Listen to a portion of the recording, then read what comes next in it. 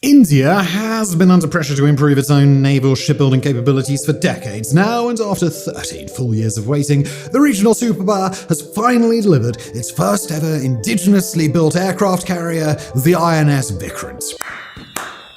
But is the INS Vikrant any good? Well, kinda. Its design, capabilities, strengths, and shortcomings, and even the management of the project itself are exactly what you would expect from a country building its first aircraft carrier. However, although it's nowhere big enough for global power projection, nor can it boast never-before-seen technology, it has been hailed by experts as a sizable milestone for the country, as this aircraft carrier is a sign that India is capable of designing and producing major armaments all on its own. And that has never been more important than it is today. Just before we continue, quick word from our fantastic sponsor, Surfshark. Look, if your inbox looks like a fishing convention, and half the sites you visit feel like clickbait mines, do they ever? You probably need better digital hygiene, and that is where Surfshark VPN comes in. They're not just a VPN protecting your connection, they also cut down on the junk that tries to follow you around the internet. They just rolled out Email Scan Checker that scans for exposed credentials and shady senders. And their new web content blocker helps clean up your browsing. Fewer pop-ups, fewer distractions, less nonsense. I can't remember what I went to the other day. I was trying to go to some website and it's like, this isn't safe. I'm like, what do you mean, Surfshark? It's like, oh, I see. There was I'd gone to like some incorrect URL or something. I don't know, but it was there protecting me. On top of that, Surfshark encrypts your internet traffic, hides your IP, and lets you browse privately even on public Wi-Fi. And yes, one account, unlimited devices. So go to surfshark.com/mega or use the code MEGA at checkout to get 4 extra months for free. That's surfshark.com/mega or just use the code MEGA. Now back to today's episode. The modern Indian Navy, a short history. For a very long time, the Indian Navy was highly dependent on the Royal Navy for more or less everything: vessels, weapons, leadership, and training. It would, in fact, take until 1962, 15 years after India had declared independence from British colonial rule, for the last British officer to leave the Indian Navy, thus marking the service becoming entirely Indian. Ever since, India's Navy has proven its capability dozens of times, and it was very active during the second half of the 20th century. It defeated the Portuguese Navy during the liberation of Goa in 1961, and 10 years later, it decimated Pakistan's naval forces during the Indo-Pakistani War. Aside from active combat, the Navy also played a major role as a deterrent during times of turmoil in the region. For example, it averted an attempted coup in the Seychelles in 1986 and repeated the same in 1988 in the Maldives. An often overlooked role of the Navy is that of humanitarian relief, but India launched one of the greatest ever naval disaster relief operations in 2004 following the catastrophic Indian Ocean tsunami. Throughout these decades of war, deterrence, and humanitarian undertakings, one thing never changed, and that's the state of India's ships. The active vessels throughout every era were in dire need of modernization. Technologically, they were a decade too late in the 60s, and that story would largely repeat itself decade after decade until the beginning of the 21st century. Most Indian naval vessels were refurbished Royal Navy vessels or even Soviet ships, with India's shipbuilding capabilities being down in the dumps for the majority of the country's independent history. Although they did design and develop smaller ships independently, domestically produced carriers were just a faraway dream for the majority of India's independent history. That is until the 21st century, when India's leadership realized that it was high time for India to turn itself from a naval power that buys things into a naval power that's capable of planning, designing, and producing its entire naval force completely indigenously.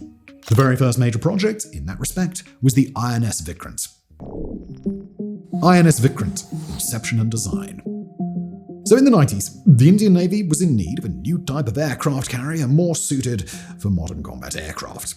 The Sea Harrier fleet was aging at the time, and knowing that it'd be upgraded for newer aircraft such as the Mikoyan MiG-29K, which doesn't have the capacity to take off and land vertically, it was due time for a larger carrier platform. The development of this new aircraft carrier was greenlit in 1999 by India's then Minister of Defense, George Fernandez, and it was decided that the carrier would be named INS Vikrant, which means courageous in Sanskrit. The new carrier would be the first ship of the new Vikrant class of aircraft carriers, completing a 3-carrier fleet, which would see 1 carrier battle group stationed on each seaboard, with a 3rd carrier kept in reserve. This would provide India with consistent protection of each of its flanks, a humanitarian platform in times of crisis, and protection of the country's economic interests and traffic. It was particularly important to India that Vikrant would become the country's first indigenous aircraft carrier. It was designed by the Indian Navy's Warship Design Bureau and built by Cochin Shipyard. None of India's previously used aircraft carriers were actually Indian. The former INS Vikrant, the country's first ever carrier after which the new Vikrant was named, was actually the HMS Hercules, built during the Second World War era and refurbished to fulfill India's needs. INS Virant, which means giant in Sanskrit, shares a similar story, as that's actually the HMS Hermes, only modernized. India also profited from Russia's economic crisis following the fall of the Soviet Union and bought the old Admiral Gorshkov carrier in 2004, turning it into the INS Vikramaditya. This carrier quickly became the most important vessel in the entire Navy, and its job was to hold the line and allow itself to be used as an engineering springboard for the INS Vikrant, which is why the two ships share so many similarities. The Vikramaditya itself is a carrier of many ill fates. In 2012, during sea trials, one of its engines failed and the ship lost propulsion. 4 years later, a toxic gas leak killed 2 sailors on board. 3 years later, a fire broke out, killing an officer, while in 2022, 2 more fires broke out, pointing out the recurring technical failures on board. Even more importantly, the persistent issues just kept showing that the Vikramaditya is not reliable enough to be India's flagship. An INS Vikrant couldn't come soon enough. Originally, INS Vikrant was supposed to weigh 32,000 tons, but that was later upgraded to 37,500 tons to accommodate larger aircraft, and that weight was upgraded upon too, with the final design weighing in at 45,000 tons. The final measurements of the Vikrant are 262 meters or 860 feet in length, with a 62 meter or 203 foot beam and a height of 59 meters or 194 feet, making it a mid-size carrier. It puts the Vikrant in the same class as the INS Vikramaditya, measuring 284 meters in length while weighing the same. Together, the Indian carriers rank 9th and 8th on the largest aircraft carriers in the world list. INS Vikrant features a STOBAR design. STOBAR stands for Short Takeoff Barrier-Assisted Recovery, meaning that aircraft are capable of taking off from the ship's deck without the use of launchers, the same way they'd take off from a conventional runway, but arresting gears are needed to quickly decelerate the aircraft upon landing. This allows the ship to be used as a launching and landing platform for all naval aircraft, unlike VTOL configurations, which only allow for short or completely vertical takeoff and landing.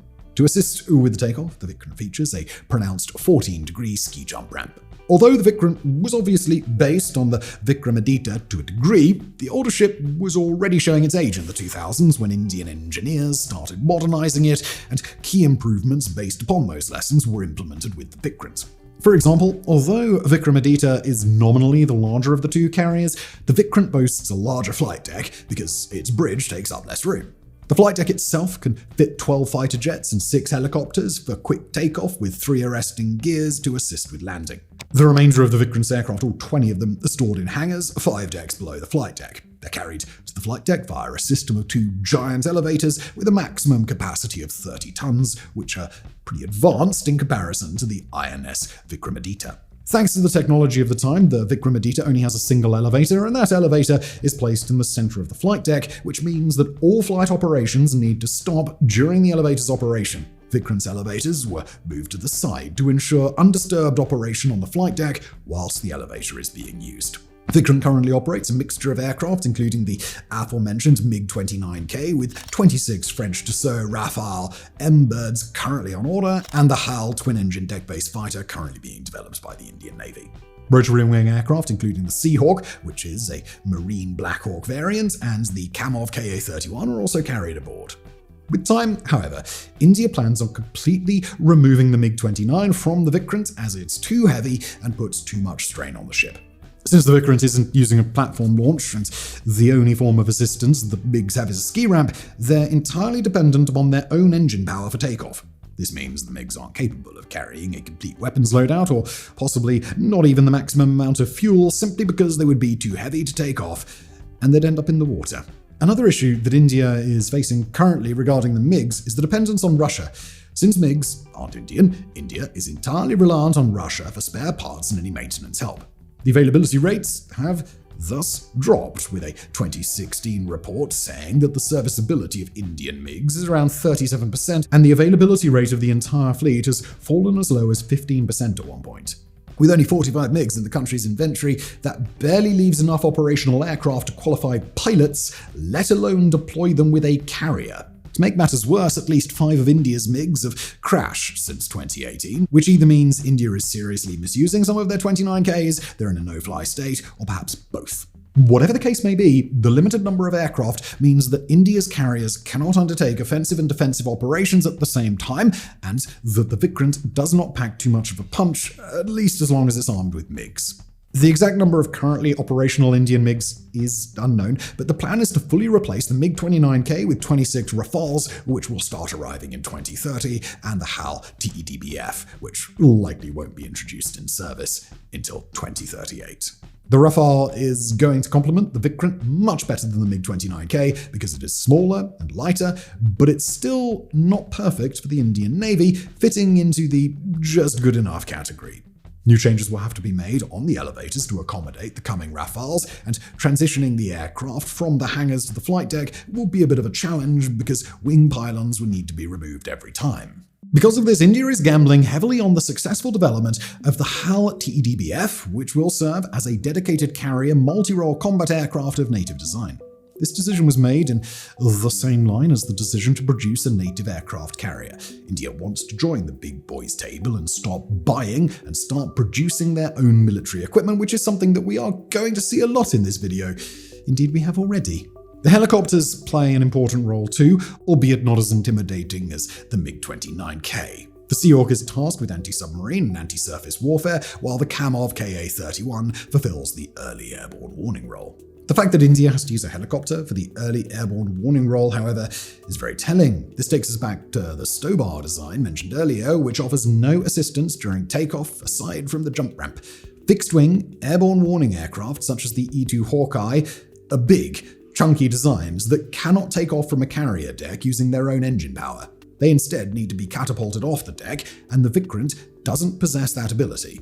That's a shame because no helicopter can match a dedicated fixed-wing aircraft for that role. They're faster, with greater range and endurance, equipped with more powerful radars and battle management systems, capable of climbing to higher altitudes and covering a wider area of engagement, which remarkably improves the radar capabilities of an AEW aircraft. The Ka-31 AEW helicopter India uses in this role is incomparably worse than pretty much every modern fixed-wing aircraft, which significantly impacts INS Vikrant's situational awareness. When it comes to onboard integrated firepower, Vikrant is armed with 2 vertical launch systems, each equipped with 32 cells filled with the Barak 8 surface-to-air missiles as the primary anti-aircraft armament. With a range of 100 kilometers and a maximum speed of Mach 2, the Vikrant is going to be armed with 64 of these missiles, each more than capable of knocking out modern aircraft from the sky. 4 AK-630 30mm rotary cannon systems serve for point defense against aircraft and missiles, while 5 remote-controlled 12.7mm heavy machine guns are used for the same purpose, as well as for combating smaller vessels. The AK-630 fires 30 by 165mm frag shells at a rate of 10,000 rounds per minute for an effective range of 4,000 meters, and that makes this cannon system more effective than, for example, the American Phalanx, which we see aboard many US Navy vessels. For electronic warfare, Vikrant is armed with the Kavach anti-missile system, which is a decoy system designed to intercept incoming missiles, as well as the Shakti electronic warfare suite, which detects and jams modern radars and the tracking systems on anti-ship missiles. To complement the electronic warfare systems, Vikrant uses multifunctional radars and underwater sonar systems. The vessel can host 196 officers, alongside 1,449 sailors, including the aircrew. This, however, isn't the maximum capacity of the carrier, as it houses a 16-bed hospital operated by 5 medical officers and 25 assistants. The Ormond Hospital includes a general ward, isolation ward, intensive care unit, and a female-only ward. Finally, INS Vikrant is powered by 4 General Electric LM2500 gas turbines, generating about 88 megawatts or more than 110,000 horsepower, allowing the vessel to reach a maximum speed of 28 knots and a maximum range of 8,000 nautical miles, which is about 15,000 kilometers or 9,200 miles, allowing it to project power across the entirety of the Indian Ocean. As a carrier with a conventional propulsion system, INS Vikrant is suitable for local sea control, but it lacks the range and endurance of a nuclear-powered carrier for global power projection. It's therefore dependent on other vessels to replenish it at sea if it wants to conduct long-range, long-term operations. This, however, is in line with the original goal of the entire project, which was to design and build a functional aircraft carrier domestically, not to build a global power projection machine. Vikrant was presented as an engineering marvel in India. It's by far the largest ship ever built in the country. In fact, the chairman of Cochin Shipyard, Madhu Nair, said that it's, quote, 5 to 7 times bigger in size than any warship India has made so far. It took 23,000 tons of steel, 2,500 kilometers of electrical cables, and 150 kilometers of piping, alongside more than 2,000 valves to turn the design into life. All of this, however, took way too long to build. According to the original plans, INS Vikrant was supposed to enter service in 2016. There were, however, too many project delays, mostly due to resource shortages and the delivery delay of key parts. The ship's sea trials were also delayed because of the COVID-19 pandemic, and it was finally commissioned in 2022, 6 years behind schedule, and at a cost of 260 billion rupees, or about $3.1 billion, which actually isn't half bad considering that most aircraft carriers cost several times that much. The time delays, however, cannot be compensated for financially. Technology wins wars, and long delays, such as the one seen with the INS Vikrant, mean it risks falling into the pit of obsolescence, and that is painfully obvious when the Vikrant is compared to other vessels. Performance in comparison to major naval forces. INS Vikrant reached fully operational status in late 2023 after a major exercise which included all aircraft aboard the carrier, thus forming the second carrier battle group of the Indian Navy. The Vikrant would complete several military demonstrations with time, but it would see its first real test in 2025, just after the Tropex 2025 exercise when MV Heelan Star requested medevac. The bulk carrier was located about 230 nautical miles west of Goa, and 300 crew members were evacuated to the INS Hansa with one of Vikrant's Sea King helicopters, thus completing the ship's first ever real mission. Shortly after that, the Vikrant would play a major role in the standoff between India and Pakistan. The carrier was deployed to the Arabian Sea as part of Operation Sindoor, leading the carrier battle group, which included 8 warships. The battle group moved quickly and held the line at a strategic point from which it was ready to strike several Pakistani locations, including Karachi, which forced Pakistan's Navy and Air Force to remain in a defensive position. The onboard MiG-29Ks kept the pressure on the Pakistani aerial fleet, and one of them was even scrambled to intercept Pakistani RAS Sea Eagle. This, however, is not as important as the Vikrant's comparison to its Chinese adversaries. Now that India has demonstrated that it's capable of indigenously designing and building an aircraft carrier, which is a massive milestone for its domestic military production, it's immediately become a major naval player in Asia, and that's perhaps especially important to China. India has been looking at China as its main naval competitor, all while keeping an eye out for Pakistan simply because of China's incredibly rapid military development. At the same time, India became part of the Quad, a Japanese, American, Australian, and Indian initiative to counter China's expansion plans in the Indo-Pacific region. While Vikrant was being designed and built, China has, at roughly the same time, also developed its first indigenously designed aircraft carrier, the Fujian.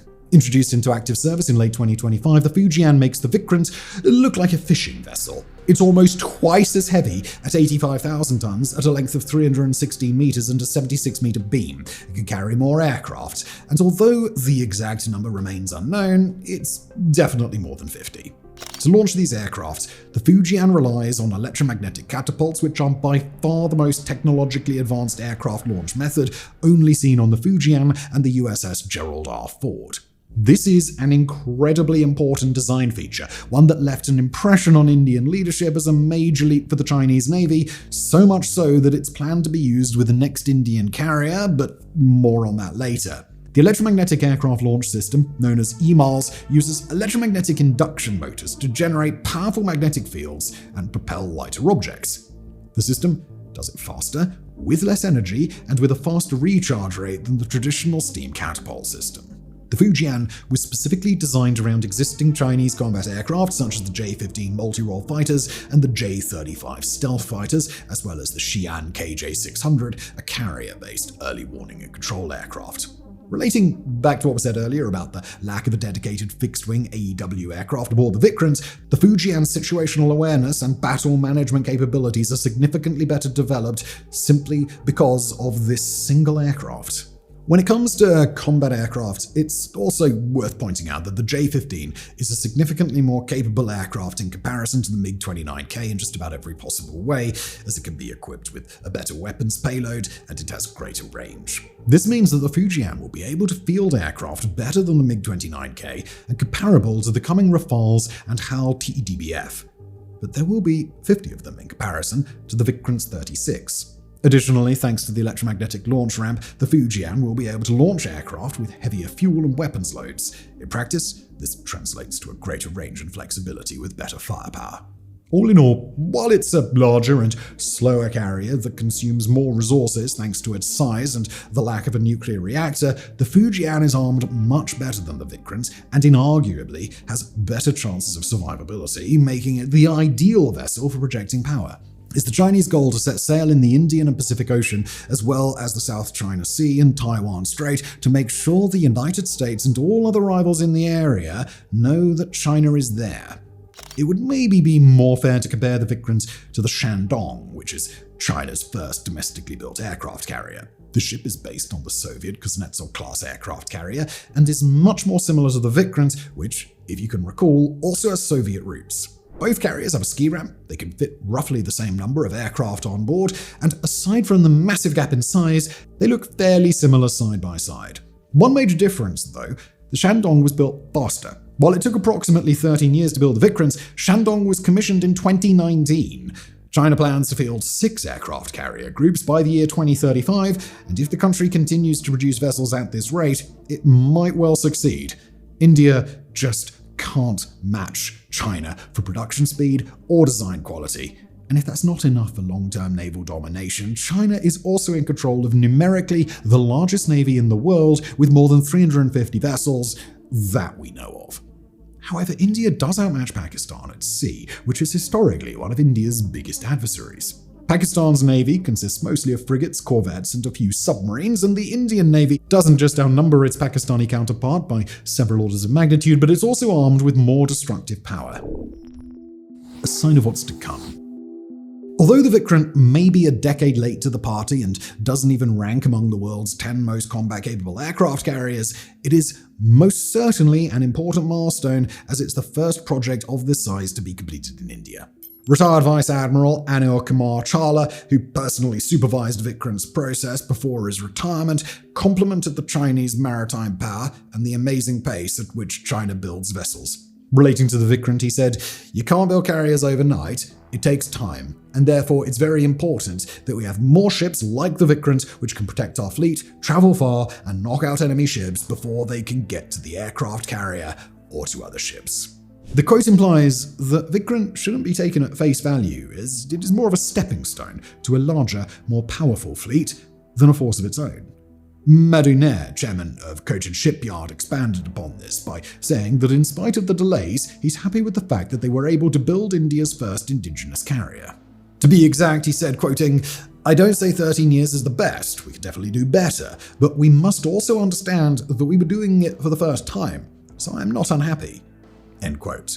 And this is the core of what's currently happening with India's navy.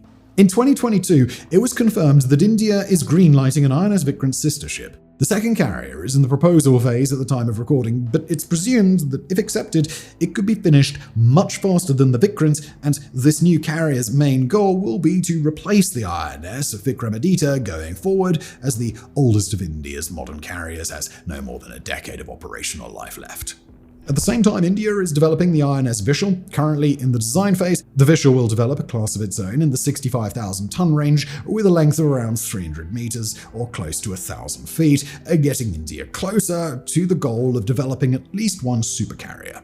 Both the Vishal and the second carrier in the Vikrant class of carriers will, rumor has it, implement the electromagnetic launch mechanism, which is currently being developed in cooperation with British engineers, proving that developing the Vikrant taught Indian engineers a few lessons. Once both of these carriers enter service, India will finally have their desperately sought-after carrier groups, one on each coast and one in reserve. But the Navy's plans are to actually double the number of aircraft carriers in its possession, so it's possible they'll have 6 of them within the next few decades. Although the Vishal won't be a nuclear-powered carrier, according to the Technology Perspective and Capability Roadmap published by the Ministry of Defense in late 2025, India does plan to operate at least 10 nuclear-powered vessels, including an aircraft carrier, by the year 2040. Overall, India is investing heavily into its navy, and the key bit here is that it's investing into native development instead of buying, thereby strengthening the country's economy and technological capabilities. At the time of recording, India's navy has over 130 warships, 2 of which are carriers, with plans to bump that number up to between 175 and 200 by the year 2035. More than 50 vessels are under construction at this time, and all of them are expected to enter service by the year 2030. The biggest driver behind this expansion is China's interest in the Indian Ocean, which is why India is currently hands-on with the development of not only carriers, but anti-submarine ships. The Anti-Submarine Warfare Shallow Water Craft, also known as ASW-SWC, if the original name isn't a mouthful enough, is a class of corvette specialized for underwater surveillance as a dedicated anti-submarine vessel. 11 are being built at this time, with 5 completed, 3 of which are in active service. At the same time, India is currently building its first missile vessel of the next generation. 6 of these are planned, and the goal is to arm them with anti-ship sea-to-land missiles, such as the BrahMos missile, while the ship itself will employ stealth features. A fleet of 8 anti-surface warfare corvettes is also greenlit, with a single vessel coming in for $500 million. India has also developed stealth-guided missile frigates. The Nilgiri class of frigates consists of 7 vessels, all of which are currently in the testing phase, and after achieving combat readiness, some of them will join the INS Vikrant carrier battle group. Based on the successes and failures of this frigate project, India will start the production of 7 additional next-generation frigates. This follows the principle India established with its destroyers. After the last destroyer of the Visakhapatnam class was commissioned in early 2025, India essentially committed, although no documents were yet signed, to develop a follow-up class of destroyers. Aside from carriers and destroyers, India's ambitions can be best observed if we take a look at the Landing Platform Docks program. These vessels, dedicated to amphibious warfare, are not too dissimilar from the Chinese Type 76 that we did a video on here recently at Megaprojects. India currently operates only one of these vessels, the INS Chalashwa, which is the former USS Trenton that the United States sold to India in 2007. India is currently committing a $9.6 billion investment into the development and production of 4 of its own LPDs, which is 3 times the amount it cost to develop and produce the INS Vikrant. 5 major Indian shipyards are currently competing for the mouth-watering contract, but the rules stipulate that each shipyard has to partner with foreign companies and bring proven technologies to Indian shores. The condition was placed intentionally because someone in India's Ministry of Defense is very clearly aware that while the ambition to develop indigenous manufacturing capabilities is admirable, battle-proven designs are still needed, and by working with foreign partners, you're getting the best of both worlds: modernization and the strengthening of domestic military development. And this project is probably the best showcase of the general philosophy of India's navy at the time. Expensive investments developed domestically, but with the help of allies and partners, in an attempt to not only empower the naval force and expand its numbers, but learn enough about design, development, and implementation of modern naval solutions to be able to one day do all of this without any help. India is one of the fastest developing navies in the world at the moment in regards to the sheer number of vessels. The technology leaps from one generation to the next, and the development of the country's domestic building capabilities is ongoing.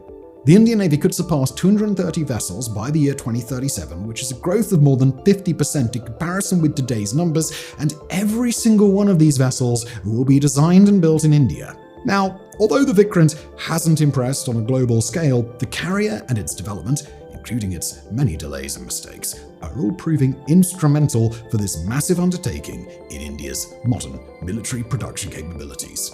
The ability to produce major military equipment alone has never been more important than it is nowadays. The relationships between allies and enemies are changing at a disturbing pace, and the power dynamics between former partners are easily soured, which can leave an unprepared nation defenseless if it's incapable of large-scale military production on its own.